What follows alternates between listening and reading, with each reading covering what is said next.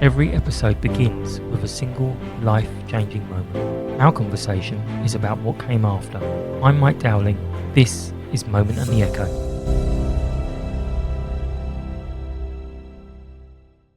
In this episode, I am joined by the amazing Clare Parish. We talk about the heartbreaking moment that her father died suddenly, unexpectedly, from a cardiac arrest at a football match in 2022. And what happened in the hours, days, and months that followed. This is a conversation about shock, grief, and the feeling of helplessness when something unfolds in front of you that you just don't know what to do. What struck me most, and has always done, is the fact that Clare could easily have just disappeared inwards after that day, just disappeared from the world. I know I would have. But instead, she chose action. She chose to do something about it. She said, "This isn't right, let's change it." She went on to create a legacy in her father's name, building a community of lifesavers through her free CPR training and DFib access, so that more people will know what to do if and when the unthinkable happens. There are moments where we discuss sudden loss, cardiac arrest, and emotional impact of bereavement, including a particularly difficult and emotional moment where she talks for the very first time about telling her mum. There's nothing graphic, but it may be something that you wish to be aware of before listening. With that in mind, let's get into the conversation. Hello, Clare. Thank you so much for joining me. How have you been? Fine, thank you. Just Good. getting back to normal after the Christmas fun. So, yeah, Excellent. good. Just a shock to the system. Well, we're going to be having a chat about a moment that's extremely powerful and personal to you.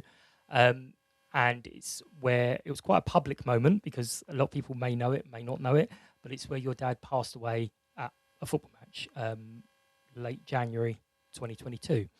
Um, Before we do that, though, what we're going to do is we're just going to try and talk about what was your life prior to that. What was a typical day, week like for Clare Parish before all this happened? So I know there was a lot about football, but what was it like for you at that time? Um, oh, I was actually, no one's ever asked me this question before. Wow. I was actually in a really stressful job, really stressful. Working from 6 a.m. till 2 a.m. the next day, a lot of the time. Horrible, actually. And I was really reliant as a single parent on my parents to support me. And in a cruel twist of fate, actually, when I handed my notice into this job, I don't think many people know this. My last day of the job was the day before my dad died. Um, Okay. and it was a really, really horrible thing because, I got a new job because I was like, this job is taking over my life. It's so stressful. I've got a young teenage daughter who needs her mum. I was a horrible person to live with because I was so stressed with this job. It was just awful. It was a really stressful time. And I really relied on my mum and dad, particularly my dad, because my mum was quite poorly at the time, with heart disease. Bless her. She was born with a defective heart. So dad was mum's full-time carer, and dad was helping me with childcare a lot as well. So I was really reliant on my parents, not just for like that practical support, but like the emotional support as well that comes with being a single parent in a really stressful job. So on the 28th of January that was my last day in that job. And that day that day I was like, right, okay, I've got a new job, better work-life balance. I'll just be a nicer person to be around. I can actually spend some time with my mum and dad now because I haven't spent time with them for so many years because I've been doing this job.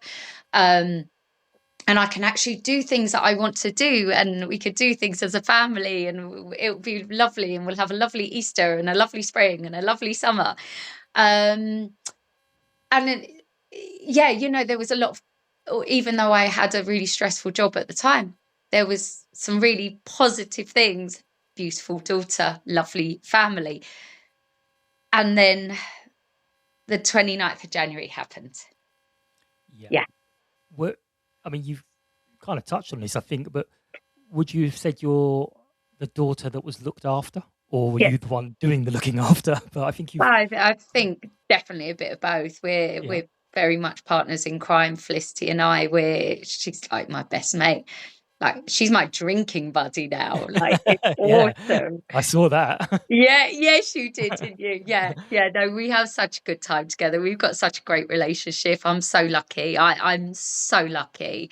And yeah, no, we do. We look after each other. I've been a single parent for so long. Like, it's the two of us, and we just muddle along and muddle through and work things out together and have a good time, and yeah, have a bad time as well. We're just like two little best mates who happen to be mother and daughter. Yeah, life before 29th of January it was fine. Lots of people have stress, lots of people have stressful jobs, Mhm. but ultimately it was fine. Felt safe, felt secure, felt loved, felt certain about things. And Yeah, there's a massive, massive thing about when something really catastrophic happens in your life. Everything that you feel is certain about life, all of a yeah, sudden, that carpet just gets swept from under you, and you're just lost. mhm, And it's frightening, yeah, because when one thing unravels, other things start to unravel. And it is really frightening because you're not in control. And as a single parent, I'm always in control of everything. And also, I'm a bit of a bossy cow anyway. So I'm always in control of things, in work, in my life, in everything I do. I'm the person that calls the shots. So it's really hard when you're that control freak to have things unravel, and mhm, it's completely out of your control, and it's out of your control. That's yeah. frightening. No, I can imagine. Um, Fulham was and football was a big part of your relationship with Dad. Yeah. Um, Oh God, so yeah. what what was that like? Before we go on to the day, but what was Yeah. it like attending matches with Dad all those years? Best thing ever. It's like my dad and I weren't close in that we wouldn't pick up the phone and speak every day and that sort of stuff. We didn't have that relationship. Like, if I phoned the house phone, because my mum and dad were old school, like, you phone the house phone. If I phoned the house phone and dad answered, I go, "Oh, hi, dad." He'd go, "I'll get your mum." Like, Yep. standard dad behavior, right? Unless obviously it was, "Oh, that was never offside," or did you see that goal, or whatever it was. Um, and our relationship was very much built on football and going to games home and away. And I have the best memories of my dad, and I think a lot of football fans who go to football with their family members will really relate to this, that some of my best memories are just some random coach trip to Blackpool or Sunderland, or one of those really far away places where you're like, "Oh God, please get me home." This is just the worst coach journey ever. uh, Something always happens on our coach journeys as well, like the tire blew on one of the coaches we were on. Another one, the window caved in because a stone flicked up at the window, and the window me and dad were sitting out on, the coach caved in. Another one, we were stuck in some services in Manchester because the coach driver had a dodgy hot dog and got food poisoning. And it was always like, me and dad always used to joke, what's going to happen on this coach journey? Because it all seemed to be our coach. The other coaches would be fine, and it would be our coach that had the problem. So we always used to joke about this, always. But I know it sounds really, really small, but my best memories of my dad are just sitting there on the coach to, like, say, Blackpool or Sunderland or wherever, and doing like a word search or a crossword or, like some word puzzle. And we always had a bag of mint assortments. Yeah. We always had, and it was like, oh no, we can't have the Everton mints because we're playing up there today, or whatever it was, so we left the Everton mints and just had the mint humbugs or whatever it was. But they're always like the nice memories, and Yeah. it's always the silly things. Like, you don't remember the presents you got as a kid. You don't remember those sort of things. You remember playing three and in the garden and that sort of stuff. That's the stuff Time. that you remember Yeah. as an adult about being a kid, and those are the best memories. And just like every time we score, looking at dad and like just losing your minds together and cheering, and obviously being a Fulham fan, a lot of commiserating and a lot of frustration and disappointment as well.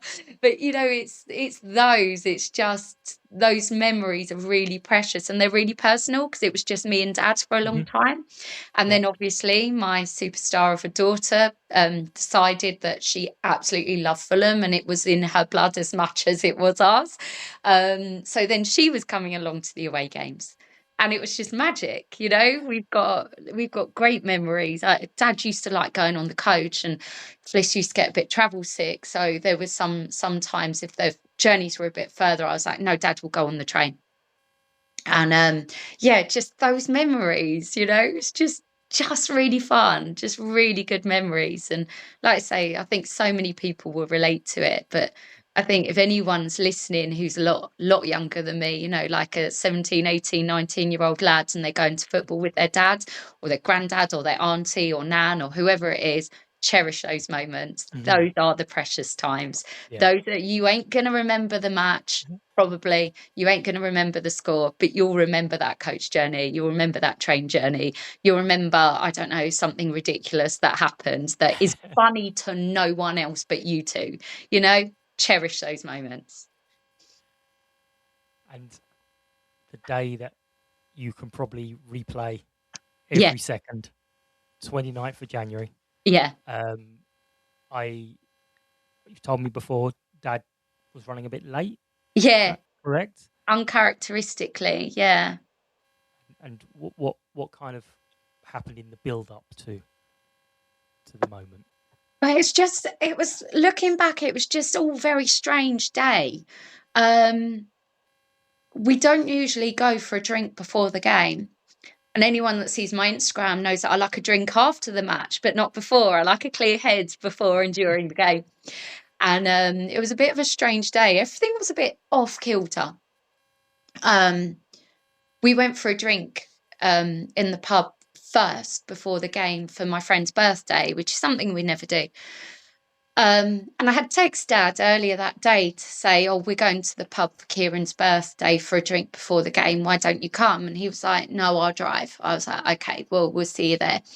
And it was really unusual that Dad wasn't there at the start of the game. Um, but for some reason, I don't know what was happening in the world. That's a bit dramatic. What was happening in that part of Fulham?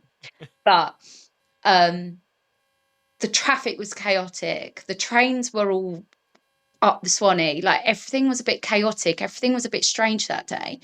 And it was strange that Dad hadn't come through the turnstiles, and late for him was like missing kickoff. He got through the turnstile, I was told by a lovely member of staff at Fulham, because I don't know why, but I wanted to know. I wanted to know what time he clocked Yeah. through. I don't know why I wanted to know that, but I did. So a lovely member of staff who's now a good friend of mine, Carmelo, he's a lovely chap. He said to me, Claire, he was 30 seconds late. 30 seconds late to my dad, he might as well have missed the whole first half. Like, it's, like that was a big deal. I'm like, for football, that's the only two things that would annoy my dad in the world: being late for football and bad drivers. Only two things. And you had And both that day. I think he probably had both, bless him. I think he did. And I just remember he sort of like bustled past my seat to get to his seat, and he looked a bit flustered, but that's nothing new. If he's late, that's how he would look. Didn't think anything of it. And I was like, oh, you're late. And he was like, yeah, bloody traffic. And we just laughed, and he sat down, and we're watching the game. And then Alexander Mitrovic scored in the 3rd minute. It was his 28th goal of the season at the end of January. What a phenomenal season that was. That was our promotion season, obviously. And, Mitro's 28th goal of the season happened just in the, I think, 3 minutes 30 sort of time. And we all got up and we celebrated. And obviously we were all singing Mitro's on fire, Gala's freed from desire. And we sat back down and then Dad just poked my cousin, who sits directly in front of him, on the shoulder and said, I don't feel very well. And then a split second, literally not even half a second later, Dad's head just went down like that, and he was in cardiac arrest. And at first we didn't know what was happening. We just thought, oh, he's been rushing, he's got a bit stressed, forgive me, but he's a man of a certain age. He was 69 years old, fit as a fiddle, but maybe he's just overextended himself a little bit, and he's just got in a bit of a funk, and he's passed out. And so we were like, Dad, you all right? You all right? No response. So his body was just flopped like that at that point, and then we knew there was something seriously wrong. And I just remember, my legs have never moved so fast in my life. I'm a runner, but I'm not a sprinter. And I just darted up to the back of the Hammy End to ask a steward with a radio to get help. And then everything just sort of just happened all at once.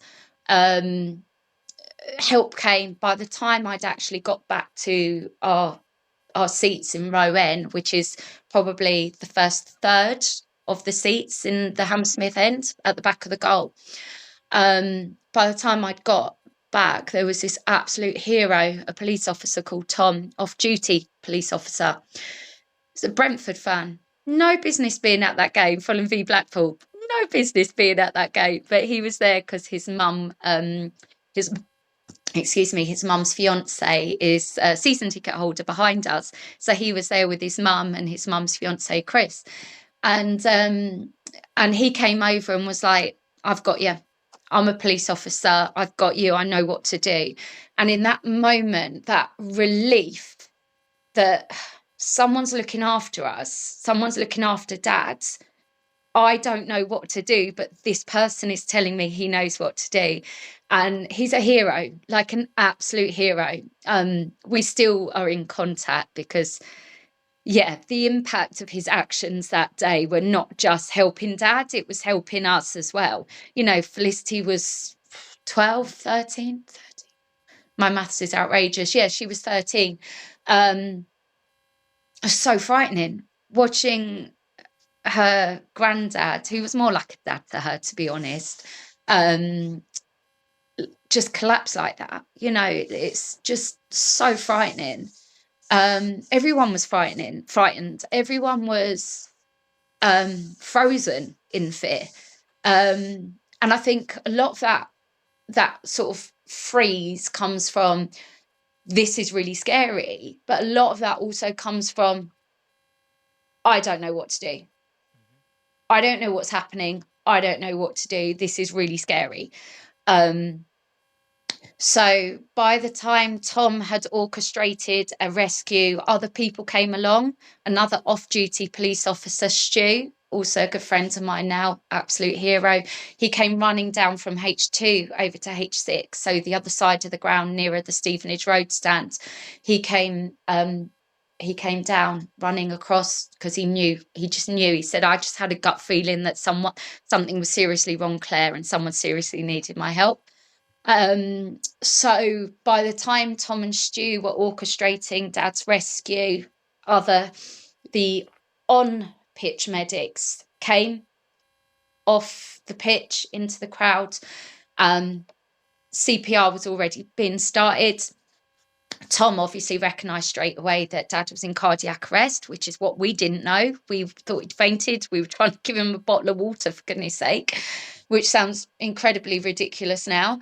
And yeah, you just had this period of like 40 minutes where the step that we walk onto to get to our seats was the step that they were working on Dad for 45 minutes, trying to revive his heart, and restart it with CPR and a defibrillator. And then they stabilized Dad enough to get him on a stretcher. He was barely conscious, so the defibrillator actually shocked his heart back into enough of a rhythm that he was breathing on his own, although the heartbeat was very faint, I was told at the time. And I remember the words of, and I can't remember if it was Tom or Stu, but it was one of them who said to me, his heart is barely beating. Please don't be too positive because it doesn't look good. And that was the best thing he could have said, because he wasn't lying. He wasn't trying to make me feel better. He was just saying it how it was, not giving me false hope. So I walked out with Dad on the stretcher, and Dad had this beautiful standing ovation from 18,500 people that were in the ground. What a way to bail out of this world, eh? I mean, he'd been going to Fulham for 63 years. Apart from my mum, that was what he loved most, And yeah, I mean, what a way to bail out of the world. So the ambulance crew, the paramedics, were getting Dad into the ambulance when he arrested again. And I was by his side when he arrested again, and I just knew by his face he was gone. And I just knew there was no way back. I don't know how I knew. I just knew. So the paramedics worked on Dad in the ambulance, and then we set off to Charing Cross. He was brought obviously into emergency care straight away, and Dr. Barbara and Dr. Cheng worked on Dad for another hour, but they came in to me about halfway through and said, Claire, your dad's heart has stopped for so long now, there wouldn't be anything of your dad left, with the catastrophic brain injury that would be there because the blood's not been pumping around his body. So it's up to you. What do you want us to do? And I was like, I didn't want to be the one to make that decision. Yeah, It's hard. And I was on my own. I was on my own at that point. Like, what? Some people were trying to get to Mum to drive her from her home in Carshalton to Charing Cross Hospital. But the traffic was just appalling that day. It was just appalling.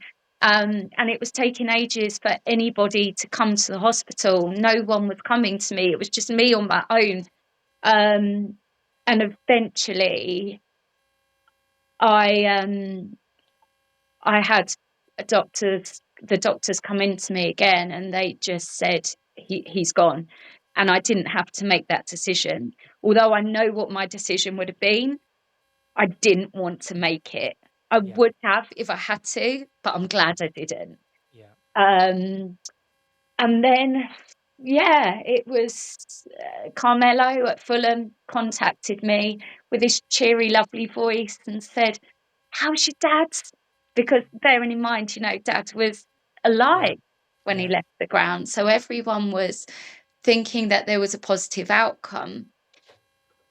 Um, and I just said to Carmelo, he didn't make it, and Carmelo was obviously devastated. Because Fulham fans are, there's not loads of us, you know, we're quite a small little family. Everyone kind of knows each other. So yeah, he was devastated for us. And then he said to me, can we let everybody know, or do you want to keep it private? And I just felt like, because it was a really public thing, I felt like it wasn't just my family that experienced that fear and that terror. It was everyone around us. So I felt like they needed to know. And then, yeah, everything just went a bit crazy. We had Piers Morgan and Susanna Reid talking about Dad on the Good Morning Britain show on the Monday. We had weird retweets from Cyndi Lauper, and it was all very bizarre. And you know, I just thought, God, Dad, what would you make of this? You would think this was all ridiculous and a bit of a circus, and he would have hated every second of it because he never liked to fast. He would have hated it. Um, and you know, it's just um I really can't put it into words. It's just, like I say, you have that rug swept from under you, and everything you thought you knew Hmm. all of a sudden is just gone. Bearing in mind, I said to you before, Dad was Mum's carer because Mum was really poorly. And I don't know if anyone's going to understand this or empathise, but one of the worst things about that day, I'd probably put it up there equally with losing Dad, was having to tell my mum. That was just horrible. Really horrible, really crushing. I still can't think about it without getting upset now. It was just seeing her little face. Mm. Um, yeah, horrible. And then, you know, the weeks went past, and it was all like you're just in disbelief that this has happened, and you think, no, I'll wake up in a minute, you know? Um, Was the feeling of seeing everyone go on with their lives, and you want to just kind of shout and say, How can you be going to work? How can you be just watching TV? yeah. This I, happened." I honestly, I don't remember. I Mhm. don't remember if I felt like that. I've had grief before where I felt like that. I don't remember feeling like that with Dad. I just remember feeling really angry. I felt really angry. I felt like um, the crowd medics didn't come quick enough to Dad's. I was angry about that. I felt angry with myself that I couldn't help Dad, Mm. that I just sort of froze. I think I just felt angry with the whole world. Like, why my dad, he doesn't drink, he doesn't Yeah. smoke, he's a healthy living person. Mum and Dad never had takeaways. Dad used to go out for long walks every day. He was the picture of health and happiness. Um, and I think I just felt like this real unfairness. Like, why did it happen to my dad? You know, when you've got like real scumbags in the world, like real evil, horrible people in the world, and it feels really unfair. You're like, why someone like them living their life, being a scumbag? You know, and my lovely dad gets taken away when he used to do everything for everyone and help everyone, and he was so kind and he was so happy, and I felt real anger, Yeah. real anger. There was grief, but that didn't come for much later. There was Yeah. anger for a long time. Yeah, And I suppose the if onlys, like you said, if only this had happened earlier, if only this had happened quicker, yeah, if only we hadn't got stuck in traffic, yeah, and all this. And it must be difficult. as well, especially as like well, you kind of hinted there, it could happen to anyone. Yeah. So why did it happen to him? What Yeah, what reason? absolutely. Yeah, yeah, absolutely. No, it's not like you wish that would happen to anyone. Absolutely not. No. It's just really unfair. It just Yeah. felt really unfair. Dad was a month away from being 70. You know, we were planning this big, lovely day at Fulham. I was going to treat him to a corporate um one of the posh tickets in one of the corporate Yeah. boxes for him for his birthday, and we were going to do something nice for him, and it just all just felt really unfair to me, to Felicity, especially to my mum. Yeah, just horrible. The whole thing was just horrible. And yeah, I just had a lot of anger. And, I was starting this new job next week, and life was going to get better, and life was going to be good this year. And, we've had these horrible COVID years. This will be a good year. And then it all just went very horrible. So when did Claire start taking control of the narrative and say, okay, I couldn't do anything about that. Yeah. I'm going to do something about it if it ever happens again. When did that thought start happening? How did that start in your head? Yeah, so there's three things probably you need to know about me. I'm impulsive, I'm passionate, and I'm bossy. And those three things combined just made me decide that something needed to change. Um, I had my laptop in front of me on the sofa, looking for basic life support session that I could go on. And I wanted to throw my laptop out the garden because I was so angry, because I'm looking at these basic life support sessions and they're £100, £200, £300. And I was like, single parent, don't have that kind of money as much as I'd like to. If I went on one of these courses, I would not be able to afford food for me and my daughter for the week. And it made me really cross, really, really cross. But I'm not one of these people that just rants on Facebook and then goes, right, I've done my bit. You know, I was like, I'm going to do something about this. This is absolutely appalling. So this impulsive little gremlin inside my head said, you're going to start an organization that trains people in basic life support skills for free. And that was it.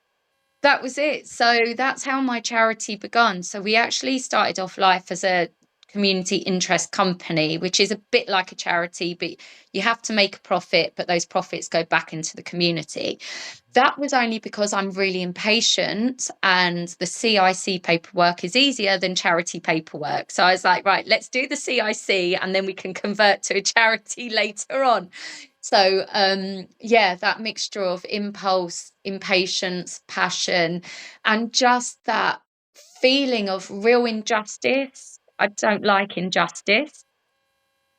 Um, so I just thought, you know what, this is really upsetting me, that by virtue of the high cost of basic life support training, I can't attend. I can't know how to save a life if I'm ever in this position again where somebody collapses and I don't know how to help them. So I found out that we could become trainers to train people. So we went on a train the trainer training course to learn how to train people in basic life support skills. So myself and two others went and did this course. And now let's fast forward. We've trained just over 2,500 people in basic life support skills for free, because I just thought, it's not just me. This is a huge barrier to so many people. If more people knew how to save lives, then lots of people would have come and helped Dad that day. as it stood, the whole of the Hammersmith End stood back, apart from 2 off-duty police officers.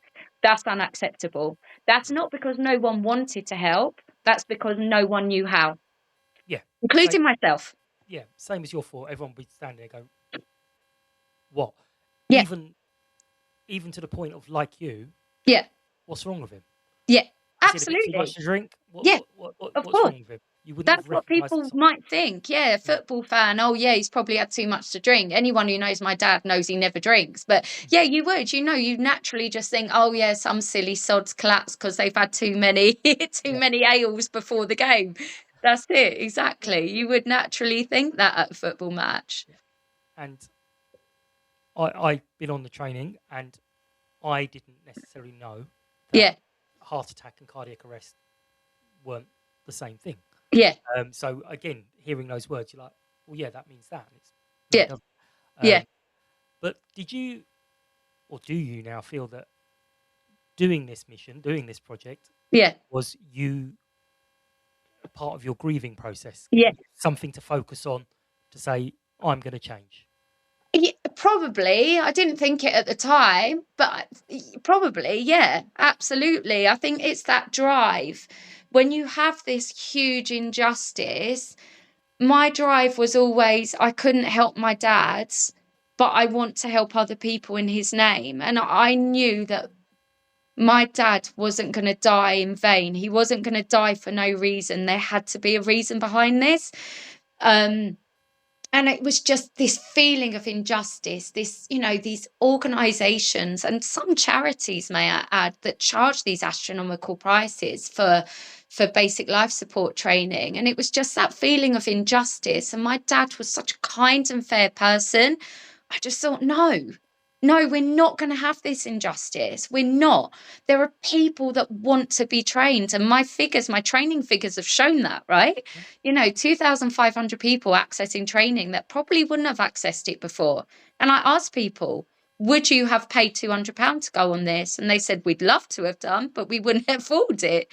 Yeah, So it is that financial barrier that stops people. And I just thought, I'm never going to stand by and watch someone collapse and not help them. I'm never going to do that. And I'm sure there's others that never want to do that either. So yeah, we've created this beautiful community of lifesavers now. And alongside that, we've got currently 60 fully accessible 24/7 defibrillators in the community across Croydon, Morden, Sutton, Wallington, Cheam, Carshalton, further afield. They're going up everywhere at the moment. I'm not saying too much, but we've got one going north of the River Thames, very far north, right. soon, which is very exciting. And we're saving lives. Our training is saving lives. Our defibrillators are saving lives. Our defibrillators are giving hope to people in the bleakest time. There's a life-saving device. If I need that for my loved one, I have that to hand, rather than the awful situation where people find themselves in, where someone's in cardiac arrest and there's no available defibrillator, or there's no defibrillator that's available that's working, because that's the other problem. There are a lot of defibrillators in the community that aren't even working because no one is looking after them. So, we're really passionate about defibrillator provision, but not just that there are people trained to be confident enough to use a defibrillator. But I want to add to that nobody needs training to use a defibrillator. The training just gives people the confidence to recognize the signs of cardiac arrest and to confidently reach for a defibrillator and to competently perform chest compressions, which are going to keep the blood pumping around somebody's body to keep the organs alive while we're waiting for the defib to come on scene, or we're waiting for the paramedics, or both. So yeah, I don't want anyone to listen to this and think, oh, I need training to use a defibrillator. Anybody can use a defibrillator. You turn it on, you follow the instructions, it will talk you through. There's audio and visual instructions as to how to use one. You cannot go wrong. You cannot accidentally defibrillate somebody. If somebody does not need to be shocked, the defibrillator will tell you that. So I don't want anyone to be under any illusions that they cannot reach for a defibrillator unless they've been trained. The training just helps with the confidence. You obviously, the charity is you. You are the Yes. charity. Yeah. But how do you take stock and look back and think that 2,500 people and all that time with the CPR dummies, Yeah. everyone's learning them. Yeah. Do you ever sit back and go, I'm taking back that day. This is my dad's legacy now, of these people learning how to save lives. Do you take stock enough, or do you always look for the next thing? Yeah, it's never enough. It's never enough. And some of my friends have said, Claire, if you even put one defib in the community, that would make a difference, but it's never enough. We've got to 60. I want to get to 100. I've got 2,500 people trained. I want to get to 10,000. You know, it's never going to be enough. And people say to me all the time, when are you going to stop? And I'm like, I'm not. I'm just not. And I love Dad's legacy, and he deserves it, because he was so kind, and he would always help anyone. And it is a beautiful legacy for him, but it's just never enough for me. It's never enough. But the day Dad died, and we had the staff at Charing Cross Hospital was so kind and so beautiful to us, and they laid Dad out in the family room so we could be with him and say goodbye to him. And when I kissed Dad goodbye, I promised him that I'd make him proud. I still don't feel like I'm there yet. I don't. I'm not having that at all. At all. I don't know your dad. Never knew him. Never had the privilege. But I can absolutely tell you, starting it up, getting the first 2 or 3 out there, training Yeah. the first 2 or 3 people. Yeah. Your dad would have been proud. Yeah. What he would be now is well over proud. So yeah, I'm going to say that to you because I know you, I love you. So Dad would be absolutely proud. I know you get a little alert when the defibs are being used. Yeah. How does that make you feel? Do you Yeah. feel the panic or the pride, or how do you feel? It's that mix. It's that mix of, I'm so glad it's there, that it's giving someone hope or life, or at least a chance.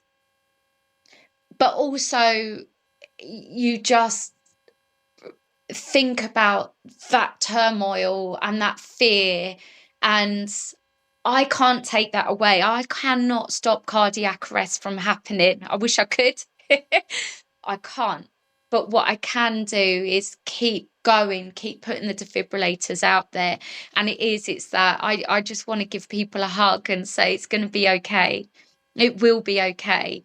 But yeah, it's that mixture of, I hate that someone's going through that, but I'm glad that they've got that one life-saving device that can make the difference if needed. Yeah, so it's certainly a mixture. We had recently a lady who came on our training and said that she'd actually saved her loved one's life, and she said all the time, I heard you in my ear, Claire, and I just kept going and going and going, because I just kept hearing you in my head saying, you can't make it worse, just carry on, you can't make the situation worse. And that made me feel proud. That did. And I think my training style is quite unique in that I'm very real and I'm very realistic, but that's because I come at it from that point of view of, yes, it's going to be terrifying, because I know, because I was there, I've experienced this. I'm not just some volunteer or some paid person that's just reading from a textbook. I'm coming from real life experience. So I think that makes my training quite quite different and relatable, because I'm coming from that person that didn't know what to do. I stood there and I was blimmin' useless. And, you know, if I can do it and I can teach it, then you can do it. Anyone can do it. Anyone can save a life. Anybody. Anyone listening, I can assure Claire is a very good trainer. My daughter is 8. She did it when she was 5. Yeah, I think Yeah, so. 5. And to wake me up now, she still shakes me shouting sausages. You know I'm only asleep. What is wrong with you? I So, love that. uh, I love that so she's much. shown it. She's shown it off in class a few times as well. So Beautiful. yeah, but I know the answer to this question. But has cardiac safety become you now? Is it part of you? Is it your identity? Has it interwoven in you? Yeah, that's actually a real controversial thing at the moment, because I said on New Year's Eve I want to find who Claire is again. Mm-hmm. As much as I love Dad's charity, I do feel I've lost myself a bit. And I do sometimes forget who I am. And I love, like, people go, oh yeah, defib Claire and the defib lady, and they go, oh, have you met Claire? And people go, and they go, the defib lady, oh hello Claire, Yeah. you know. And that's fine. I absolutely don't mind that, but I feel like for myself internally, I have lost who I am a bit, and I promised myself that this year I would try and find who I am again, and find joy not just from another defib going up, but just from, you know, dancing with a broom in the Riverside stand after drawing against Liverpool, you know. Anyone wants to get that reference, you can go on my Instagram. Yeah, but you know, it is, I live and breathe it. I certainly do. But I am a mum. I am a friend. I don't know what else I am. A flipping nutcase, I think, half the time. But I need to get back to who Claire is as well. Mhm. I need to look after myself a bit more. I think I've spent a long time looking after everyone else, and I just Yep. sort of need to step back a bit and go, you know what, I'm going to be a little bit selfish and just have a bit of time for myself occasionally. So yeah, absolutely. I mean, the Paul Allen project is me, absolutely. If I jetted off to a Caribbean island to live tomorrow, then it probably wouldn't exist. It's definitely me. But yeah, I just need to remember who this Egypt is as well. And you mentioned that to find my joy, there must be a few bittersweet moments Yeah, because you were on the Fulham training with the guys training, which must have been yeah, lovely. But then you're like, yeah, why am I here? I now know why I'm here, and yeah, it's one of those moments that this is great, but I'd rather not yeah, be here. Uh, yeah. has there been It many of those? that was a really emotional. So that's coming up to a year we did that. I think it was the 22nd of January last year. We went to the training ground, and you know, Marco and Tom and Harrison in particular have been really lovely to us since what happened to Dad. So with Marco and Tom and Harrison, legends. Um, he you know, it felt like seeing friends. They're down to earth lads, you know, they're not the Premier League footballers that everyone thinks, you know. They're just really nice, down to earth lads. They're lovely. And you know, they just welcomed us, and we had a hug and we had a chat, and it was lovely. And it didn't feel like I was training Premier League footballers. I didn't know Anthony Robinson, so I couldn't really say much about what I felt about training Anthony. But again, Anthony is a really down to earth, lovely lad. And again, it just felt like training, you know, training down at the Robin Hood. They're just normal lads, you know. Mhm. They've got family, they've got loved ones, and they were like, you know, we're not here for a publicity stunt. We're not here for the media. We're here because we want to learn. And actually, with those lads, they'd gone to their physio and their medical team after Dad collapsed and said, we don't know how to save lives. We want to learn. So it was just a training session, because they were actually really passionate about it. So yeah, there have been some moments like that. Mostly it's just, I'm just really passionate about it, and it's a no-brainer. Why would you have a defib locked away inside a school or a church?